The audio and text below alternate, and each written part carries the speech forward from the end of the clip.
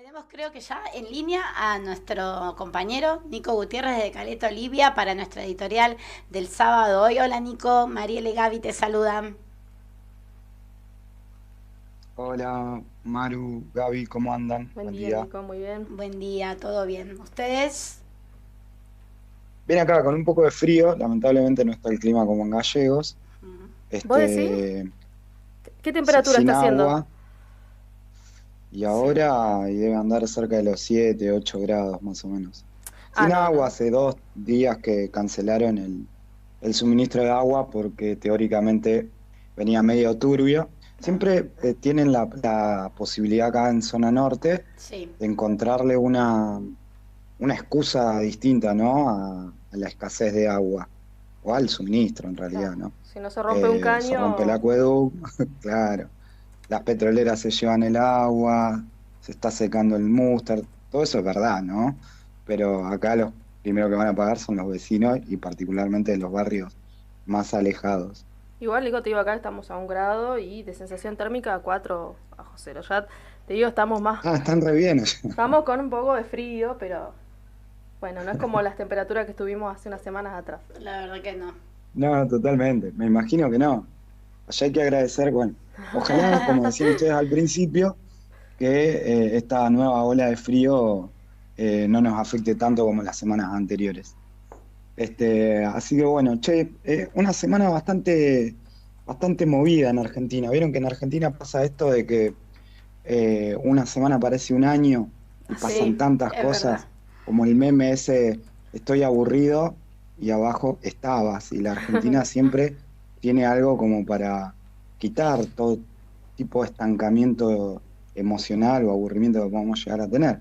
O sea, acá creo que podemos llegar a hacernos la primera pregunta dentro de la editorial, que sería, ¿en qué anda el partido mayoritario de la burguesía? ¿No? Ujú. ¿En qué anda el peronismo? Ellos han presentado, ya hace tiempo Moreno, bueno, particularmente, viene con intervenciones mediáticas como una especie de reemplazo de lo que sería, según él, ¿no? El progresismo, el peronismo que llevó a la quiebra y a la derrota y al ascenso de esta ultraderecha que se reduce en un nuevo gobierno. Este, entonces ellos plantean, nosotros tenemos un programa de transición para salir de esta crisis. Es decir, tenemos la alternativa para superar toda la crisis en la que nos está metiendo el programa económico de Javier Milei. Ahora, si nosotros queremos saber justamente en qué anda este partido, tenemos que entender que han accedido a una unificación de distintos sectores del peronismo que llama mucho la atención. A ver, a la izquierda no le puede llamar la atención teniendo en cuenta la, el desbarranque que viene, en la que viene reduciéndose el peronismo y particularmente el kirchnerismo en los últimos años, que se ve reflejado en las elecciones, ¿no? Ellos, a una convocatoria de Moreno que plantea la unificación, como decía, del peronismo, fueron funcionarios masistas como Mendibura, Encetti, por la Cámpora también fue el que fue director de Economía de la Universidad de Avellaneda, Frachina. Fue gente de Patria Grande, esto también hay que mencionarlo, porque si es gente de Patria Grande, de Kicillof, perdón, de Grabois, es gente muy cercana a Kicillof, ¿no? Entonces, tenemos hasta ahí un panorama del peronismo centro, de la izquierda entre comillas, pero acá lo llamativo es el personaje particular que ha invitado Guillermo Moreno a este programa de unificación peronista, que es nada más y nada menos que Miguel Ángel Pichetto. Pichetto es ese elemento de la derecha peronista que ha sido utilizado no solo por el peronismo, sino últimamente por la derecha antagónica al peronismo, tanto así que fue, bueno, candidato a vicepresidente en la última fórmula Macri-Pichetto, ¿no? Mm. ¿Cuál es la intención entonces a este periodo de unificación o transición al gobierno de Milei? En primer lugar, avalar lo que Cristina Kirchner ya también vino manifestando otrora en la red X, ex Twitter, cuando dijo que es muy importante que aquellos principales referentes del peronismo se estén juntando. Es decir, en cierta manera dando un visto bueno a la reunión que antes habían tenido su hijo Máximo Kirchner y Guillermo Moreno, donde teóricamente era una reunión medianamente oculta, pero después medios como Página 2, El Destape, Infobae inclusive, salieron a traslucir un poco las cuestiones más íntimas de esa reunión entre Máximo Kirchner y Guillermo Moreno. Entre las cuestiones más importantes era hay que armar un cónclave, bueno, que fue lo que pasó en la semana, de todos los responsables, referentes, peronistas, los que no puedan, manden a sus hijos. Me sonaba mucho a El Padrino 2, ¿vieron? Cuando un miembro de la familia no puede, mandan al hijo. Bueno, Sí. Miguel Ángel Pichetto no fue el hijo. Kicillof no fue, fueron diputados cercanos a Kicillof. Massa no fue, fueron exfuncionarios de Massa, pero todos en representación de su referente u organizador político. Ahora, para no hacerla tan larga, la intención de la reorganización peronista tiene que ver solamente con darle fuerza a lo que se viene en las próximas elecciones, particularmente las legislativas del 2025 o en 2027 las presidenciales. ¿Por qué? Acá el peronismo, esto de todas formas Patagonia Obrera lo viene reflejando desde diciembre, es decir, desde que gana Javier Milei, que ha capitulado en la lucha contra los despidos, contra el ajuste, contra la represión y la persecución a los trabajadores, llevada adelante por el gobierno del libertario, porque ellos entienden que no hay ninguna otra salida a enfrentar al gobierno de Milei que no sea esperar al 2025. Recordemos lo que decían, por ejemplo, cuando Macri era presidente. Claro. El lema era hay 2019, ¿no? Ay, 2019 Bueno, era el ahora, tema, sí. ahora el lema no puede llegar a ser hay 2025, porque la verdad es que no queda tanto, queda medio año para el 2025, un año para las próximas elecciones legislativas, pero en definitiva todos las y los trabajadores sabemos lo que es medio año en un gobierno conducido por un tipo tan antiobrero como Javier Milei, ¿no? Se reduce a miles de despidos en todo el país, aumento de la pobreza, de la indigencia, obviamente de la desocupación, pero particularmente en medio de todo esto, una represión feroz hacia todos los que quieran levantar la cabeza y salir a pelear. Ahora, ¿qué pasa con las críticas a Pichetto de parte de, inclusive, compañeros de ellos como del peronismo cuando decían, che, Pichetto avaló y fue un artífice de que la ley base pase en diputados, fue un artífice de garantizarle la gobernabilidad al gobierno de Milei e inclusive de adoctrinar a los diputados del partido La Libertad Avanza dentro de la Cámara de Diputados, porque recordemos lo que pasaba el año pasado, a principio de año, cuando se intentaba pasar la ley ómnibus, el DNU, Pichetto los cagaba a pedo diciendo no aplaudan boludeces, tienen que aprender a hablar. Es decir, los adoctrinaba sobre cómo funcionaba la cuestión legislativa, como diciéndoles, bueno, muchachos, acá sin la casta ustedes no van a poder gobernar. Dennos lugar, porque de lo contrario no les va a pasar ninguna ley, o sea, van a vivir perdiendo, les dijo, parafraseándolo un poco.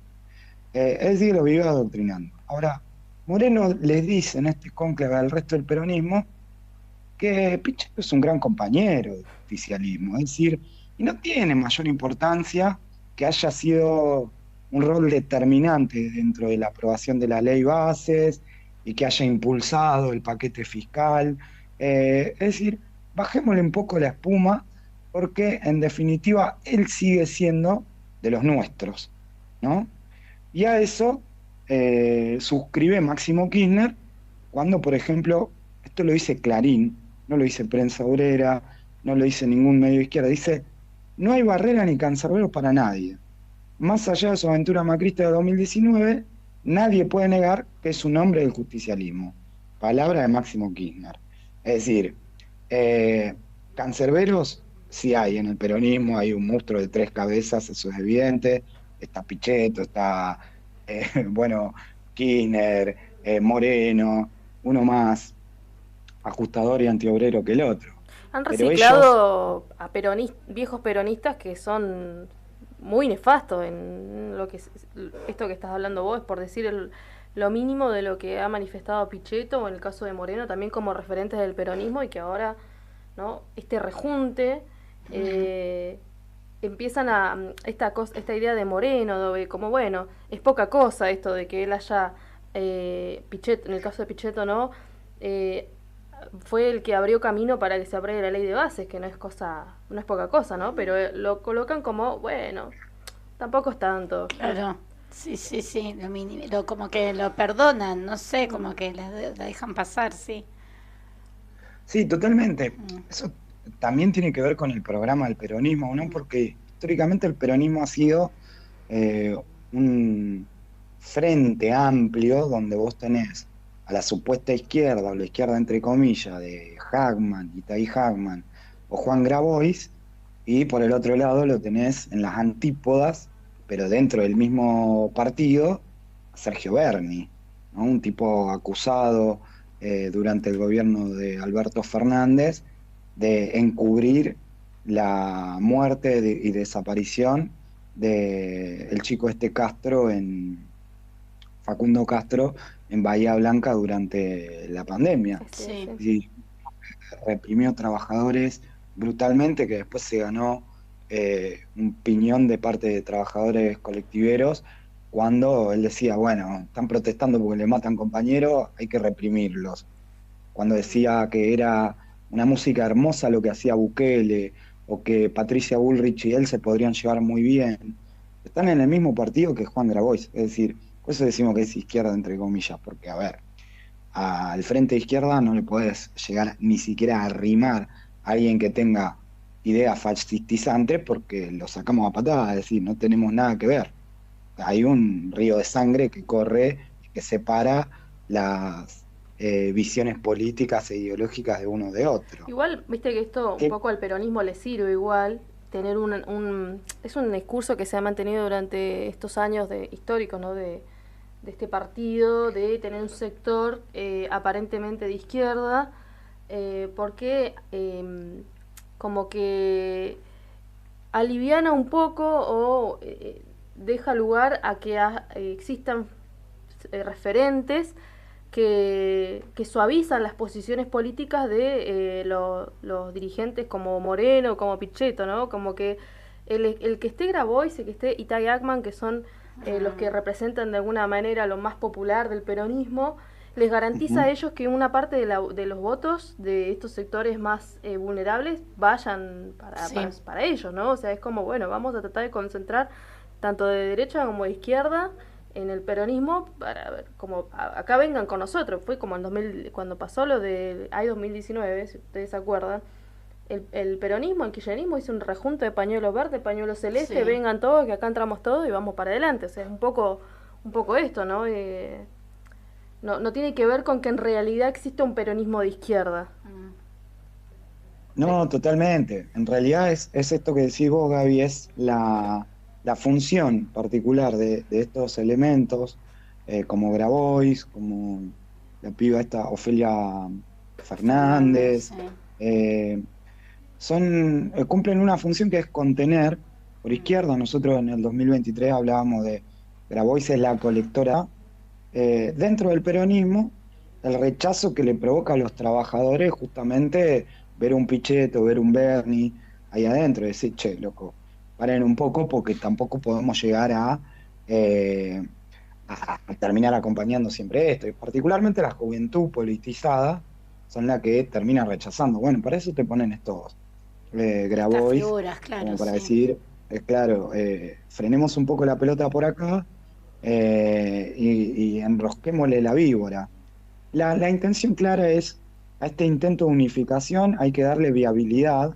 Ya le dio la veña Cristina Kirchner, bueno, Moreno, que era un cadáver político, pero en definitiva con el contexto ultraderechista dentro de la política, hay que sacarlo a flote. Le dio la veña Pichetto, porque hay una intención clara de que esta unificación tenga la característica de la derechización del discurso dentro del peronismo.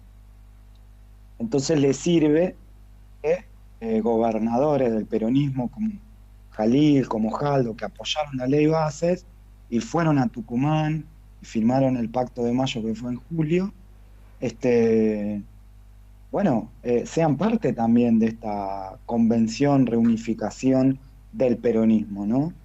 Eh, Esto obviamente no solo es, bueno, reunifiquemos, derechicemos el discurso, pero ¿qué salida económica le damos? ¿No? ¿Cuál es nuestra estrategia? El peronismo habla de una reindustrialización.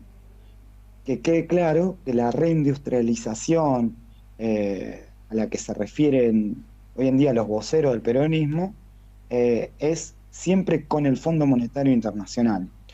Es decir, se concibe justamente unificar a toda la fuerza del peronismo, pero con un compromiso eh, irrechazable o indeclinable hacia el fondo, lo cual ya demuestra de manera eh, adelantada, por decirlo de alguna manera, eh, cuál es la definición política de esto. Es decir, bueno, ellos tienen la intención de continuar gobernando con el Fondo Monetario Internacional. Dicho sea de paso, Cristina Kirchner en una de las últimas publicaciones que hace también en su cuenta de Twitter, que hoy en día es la manera que está usando por ahí de comunicarse con sus bases, es un llamado de atención al gobierno de Milei, también una especie de adoctrinamiento, diciéndole, acá el problema central de la Argentina no es el déficit fiscal, no te preocupes tanto en esto, acá el problema es la escasez de dólares, no, acá faltan dólares. Por lo tanto hay que salir a pedirlo de alguna manera. Bueno, recordemos lo que ha dicho Caputo la última vez, ¿no? Los que prometieron dolarizar la moneda terminan pidiéndole a todos que empiecen a entregar los dólares que tienen, a todos no, a los que tienen. Sí, Claro. los dólares comunes no conocemos esa moneda ni por asomo. Este, en cierta manera también haciéndole un poco de caso a alguien que ya estuvo en el gobierno durante bastante tiempo y ha gobernado siempre con el Fondo Monetario Internacional. Si usamos toda nuestra imaginación y el gobierno puede llegar a superar, a lograr esto de superávit fiscal que está buscando, hay que tener en cuenta que solo puede llegar a alcanzar esta superación o este logro de superar justamente el superávit fiscal para cubrir el 20% de los vencimientos que va a haber en 2025, ¿no? Por lo tanto, el concepto puede llegar a aumentar a 50.000 millones de dólares de la deuda que se traduce en lo que el Partido Obrero viene manifestando desde que la,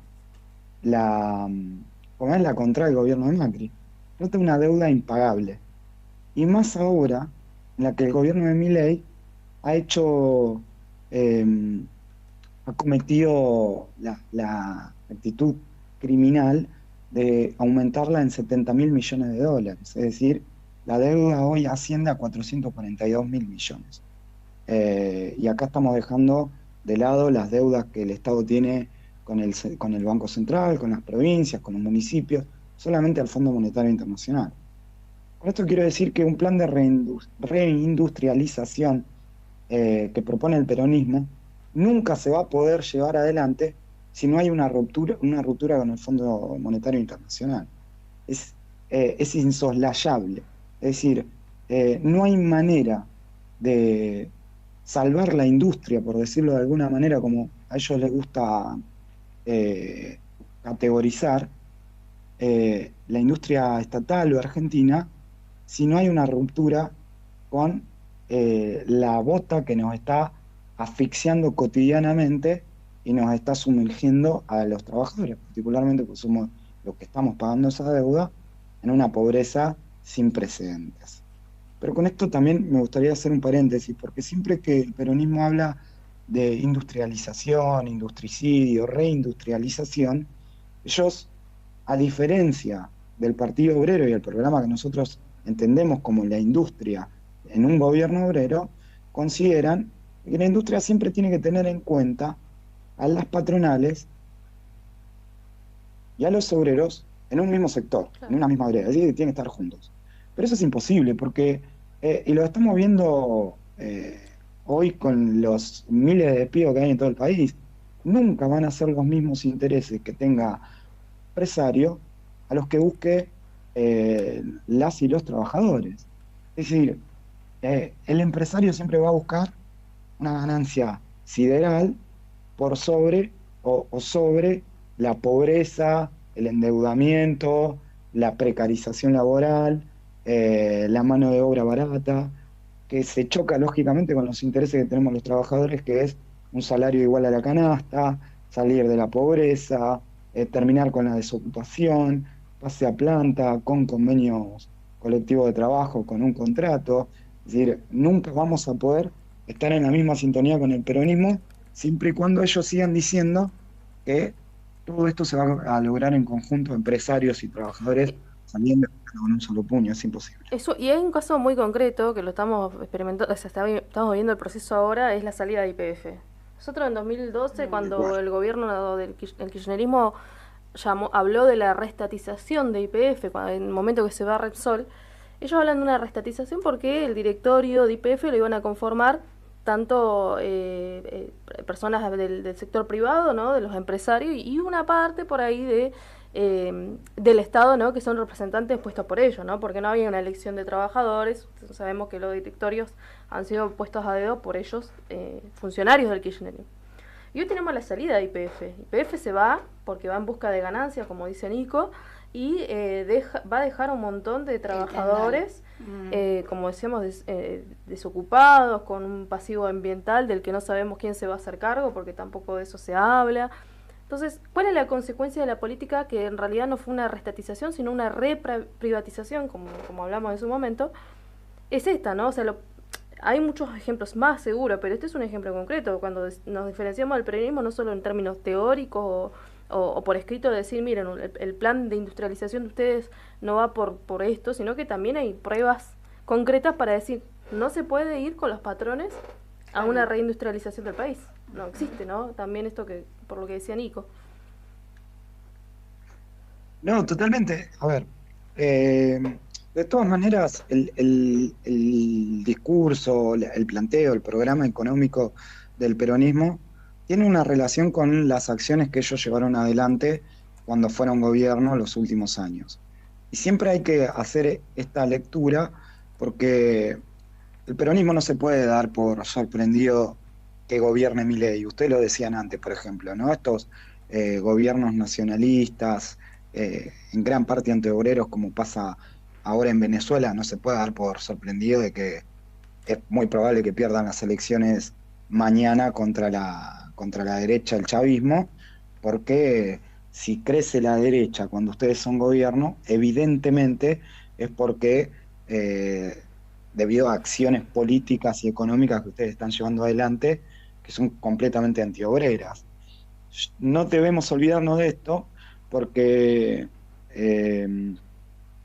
Axel Kicillof era ministro de Economía durante el gobierno de Cristina Kirchner, cuando él motoriza, fomenta o lleva adelante el acuerdo que había sido secreto, que nosotros lo denunciamos, de Chevron para quedarse con Vaca Muerta, ¿no?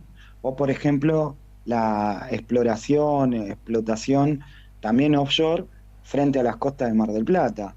Es decir, siempre en sus planes económicos el peronismo tiene una línea a lo que hoy se conoce como lo que está llevando adelante el gobierno con el RIGI, es decir, darle poder a las empresas extranjeras para que vengan, exploten, se queden con nuestros recursos naturales, y después que el tendal de desocupación masiva en las empresas donde, bueno, los recursos para ellos y para todos los capitalistas sobran, pero no es así, no sobran los recursos naturales, y para colmo choca de plano con los intereses que hoy tenemos, por ejemplo, los santacruceños o los marplatenses, los neuquinos, cuando se trata de cuidar nuestra tierra, nuestro medio ambiente y nuestra fuente de trabajo, ¿no?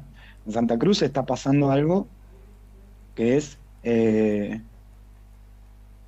yo diría, a ver, iba a decir llamativo, pero estuve pensando porque hablé en la semana con trabajadores de cooperativas de acá de Caleta Olivia, que están muy preocupados porque su situación no mejora ni un ápice, más allá de que les han prometido pasar a planta, o en algún caso les han prometido eh, pasar a Fundación Santa Cruz Sustentable, pero Fundación Santa Cruz Sustentable, que cualquier trabajador precarizado de cooperativa.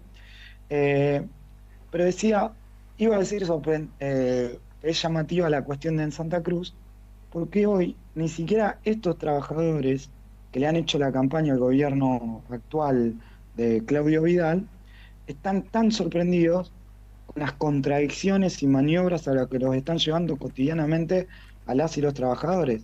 Es decir, en un momento le dijeron, che, ganó la campaña, apóyennos que ustedes van a pasar a planta. Cuando sucede que ganan las elecciones, no pasan a planta, pasan 7 meses y lo siguen pateando. Y en la cuestión de el sector industrial, los trabajadores petroleros dicen en un momento, bueno, che, paremos un poco la moto, porque no queremos volver al 2019, donde haya 3.000 despidos en el sector petrolero, como hubo en la zona norte, eh, y el gremio se quede cruzado de brazos.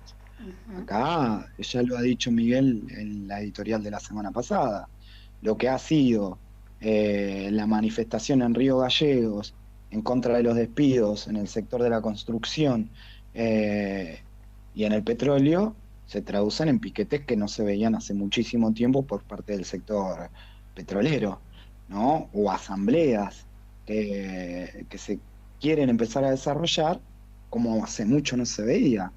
Acá hay una paralización, por ejemplo, de la empresa CGC eh, en el sector industrial, con la clara intención de llevar adelante eh, despidos tanto en petroleros, en la construcción y en camioneros.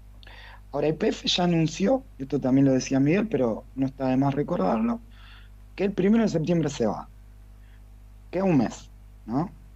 Les queda un mes y un par de días para hacer las valijas, tomarse el palo e irse de nuevo o irse de lleno a explotar lo que es la industria ya en Vaca Muerta, en Neuquén, sí, solamente. ¿Qué va a pasar con los trabajadores, las y los trabajadores que han sido, en cierta manera, cesanteados? Porque también tuve la oportunidad de hablar el fin de semana con un trabajador de YPF y me comentaba, mira, la preocupación nace en que a ellos les han dicho no suben o no van a los pozos a trabajar, se quedan en la base cumpliendo horario por el clima, ¿no? Porque está el barro, la nieve, la lluvia, etcétera, etcétera. Pero él recordaba que el año pasado también el invierno no fue igual, pero si bien en situaciones similares, igual iban a trabajar, encontraban la alternativa de pasar. Entonces ahora los trabajadores que por ahí no están muy metidos en la cuestión gremial están sospechando bastante de lo que está haciendo su conducción gremial sobre qué intención tiene de enfrentar la salida de YPF, qué intención tienen de enfrentar la paralización de las obras en la construcción o en cualquier sector que cumpla función hoy en día dentro de la industria petrolera.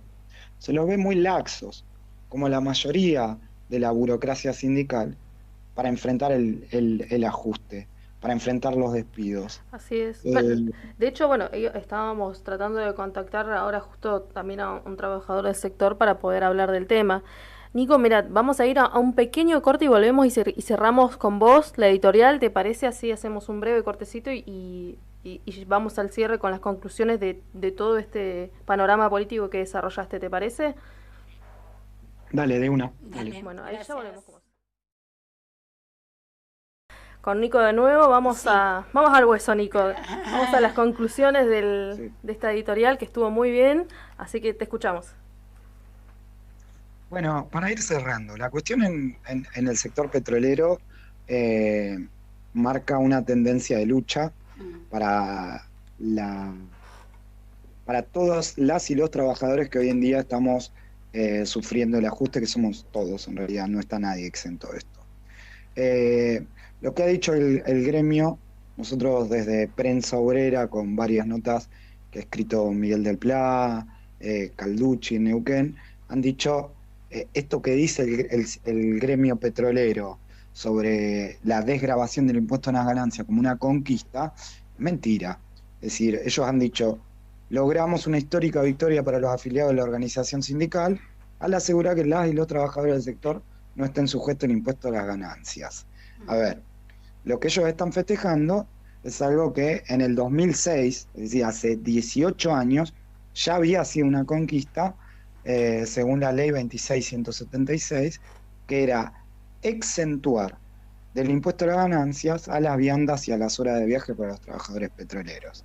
Es decir, que estos cerca de 800.000 empleados en todo el país que están en relación de dependencia, también están incluidos los petroleros a pagar el impuesto a las ganancias.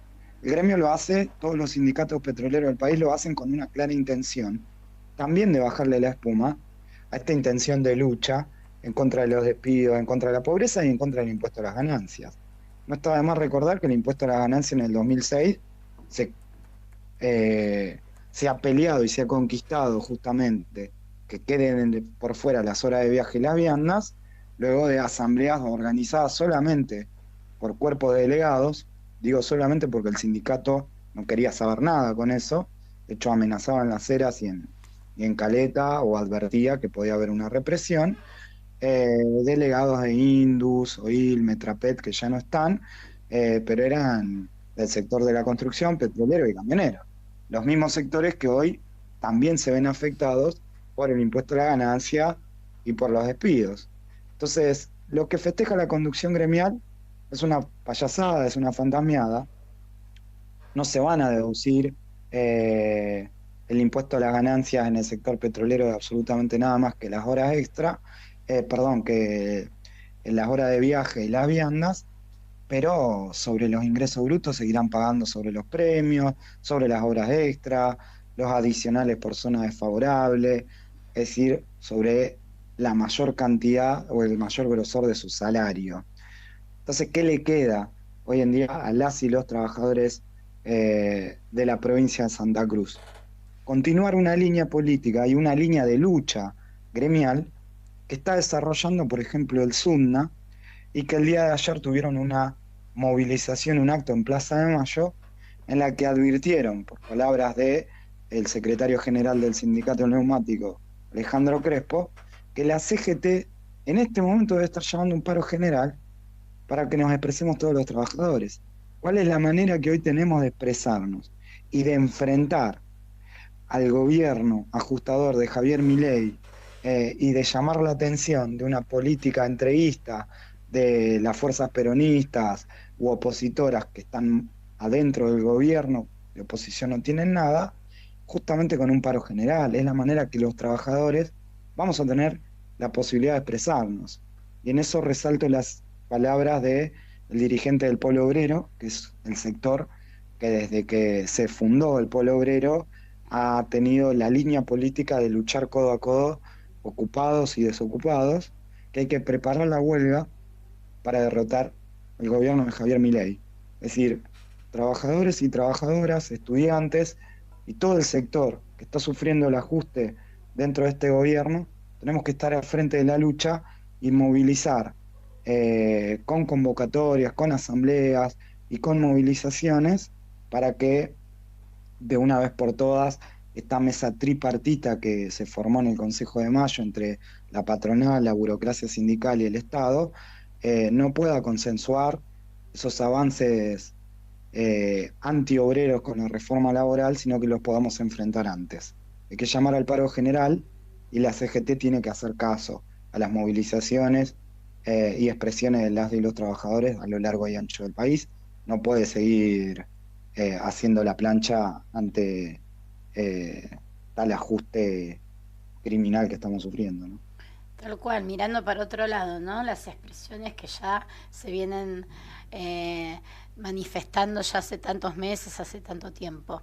Bueno, Nico, te agradecemos una vez más la editorial de hoy, de este sábado 27, muy completa para volver a... Yo siempre digo que son editoriales que traen tanta información, Gaby, ¿no? Que abren tantos puntos de análisis que vale la pena escuchar durante la semana para nada, para estudiarlo, para analizarlo y seguir como una línea de acción y política. Gracias, Nico. Un abrazo, Nico. Al, al contrario, gracias a ustedes, que sigan muy bien. Que estés muy bien. Saludos ahí a la familia de Caleta Olivia.